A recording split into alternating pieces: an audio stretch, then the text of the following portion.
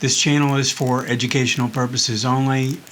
Make sure you do your own due diligence before making any investments. And there is inherent risk in trading, so it's speculative. Just make sure you keep that in mind. Hi, this is Joe. We're going to talk about the S&P and the QQQ today. Want to give an update of the market conditions as well. And just wanted to make a point that, it looks like, based on what's taking place, that we're heading into this end of the year type pattern when things have been strong and trending to the upside. There's a specific pattern that takes place. I alluded to this last week. I'm just going to talk about it one more time because I do think it is relevant based on some of the way some of the strongest stocks have been trading. I think they set themselves up for a little bit of new follow through into the new year, and then we should get some type of a consolidation or a correction to take place. So let's go into the market conditions, and we look at everything is basically the same. The only thing I did a little different, instead of putting an N for neutral, I just took it out. If there's nothing in the category for that time frame, I just left it blank if it's neutral. So if you notice, we've got pluses across the board, and then monthly, and the momentum on the monthly and the daily I categorize as neutral. I'll explain that a little bit. But if we go through volatility, that the ATR continues to decline. We are getting a little bit more overbought again. We're up to 73 on the RSI 5. It hasn't gotten into that region up towards 80, which I think is a lot more dangerous. The sentiment has cooled off a little bit, but it's still in this dangerous territory in the mid 40s. So, the question is, are we going to see this pop up to 50 with a little bit of strength into the new year? We'll have to see. But a lot of stuff is getting overbought.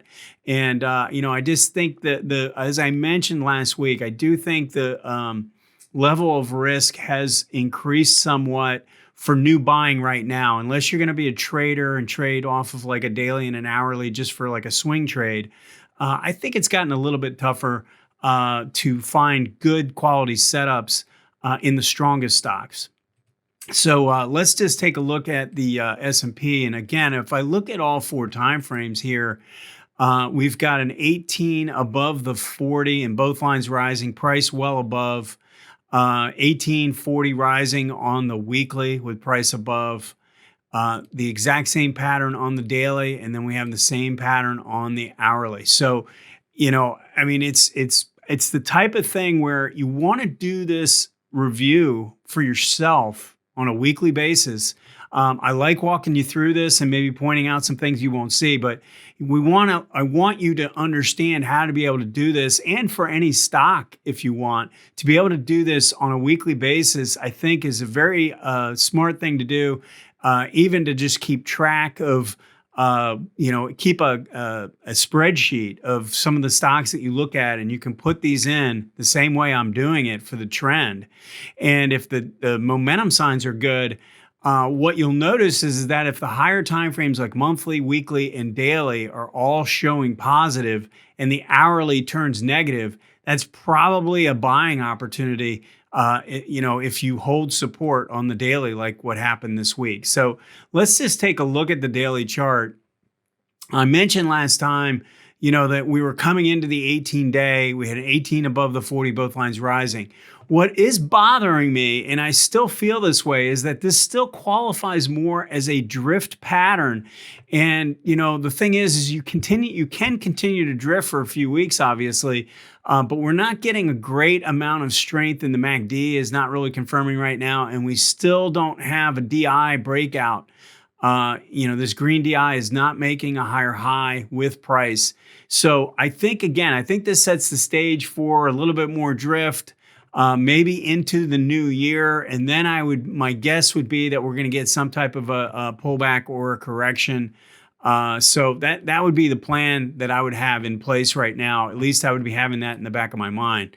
Again, if we notice what happened on the hourly, we had that opposing trend pattern. And one thing I wanted to point out is that sometimes you make these moves where you go straight from a low and you cross through both moving averages like this. And in this case, it was actually on a gap. And as I've said in many times in the past, I really would prefer when it plays out this way, I would prefer to wait for the next higher bottom to develop, a pullback and then a higher bottom. Sometimes it'll push higher and then pull back to the 40 and turn. In this case, it actually pulled back underneath, and you actually had kind of like a failure setup where you came back below both moving averages but didn't have any follow through. And then when you turn up, this to me is the more quality entry or trigger for this pattern. Now, I'm calling the ADX neutral because we have made a pretty good move in price, and the ADX has only made it back to 25. And again, if you notice, the green DI is really only going about sideways. It's not really confirming this move, similar to what we were talking about on the daily. So, I think that's just relevant to recognize. We're moving higher. You can't argue with the trend. The trend is up. The momentum signs are a little spotty. It's not a powerful move, but it's good enough to continue to move higher, at least for now. Let's go to the 4 time frames, and we'll go and look at the QQQ. I did want to zero in on the monthly real quick. As I've mentioned, what takes place after a really strong month is you typically have, a little follow through, and then you typically have a little bit of a check back. In this case, if you notice what's happened, it's really been a shallow pullback. It really didn't come back all that much. And I think that's actually showing a lot of strength in the overall pattern. There's pretty good characteristics taking place here. But I will say that when this year is over, I do think there's going to be some type of a retracement or something like that, because you really didn't fill in very much on this chart. And I think it's just setting itself up for a little bit more of a pullback. But on this chart, the momentum characteristics are very good because MACD and ADX are confirming in both situations. If we go to the weekly again, this is a very good overall pattern. MACD has not made a new high with price, but you are back above the signal line, and I think you have to give this a chance to confirm. And ADX has held above the 25 line throughout this whole period. And not only that, the DI through this recent consolidation held 25 as well. So I consider this to be pretty good shape. Let's look at the daily chart. So I mentioned last time that we were correcting down on the hourly, and we were coming back to this key area around 300. And if you notice, we held strong, had an inside day after we touched the 18, had an inside day, and then we've just been kind of pushing higher from then. So overall, the characteristics are okay. Again, this is not a powerful pattern on a daily chart, but it is trending higher. We're making higher highs and higher lows, and we're not going to argue with that until we see some signs of sellers, or on a volatility basis, if we saw some signs of increased volatility.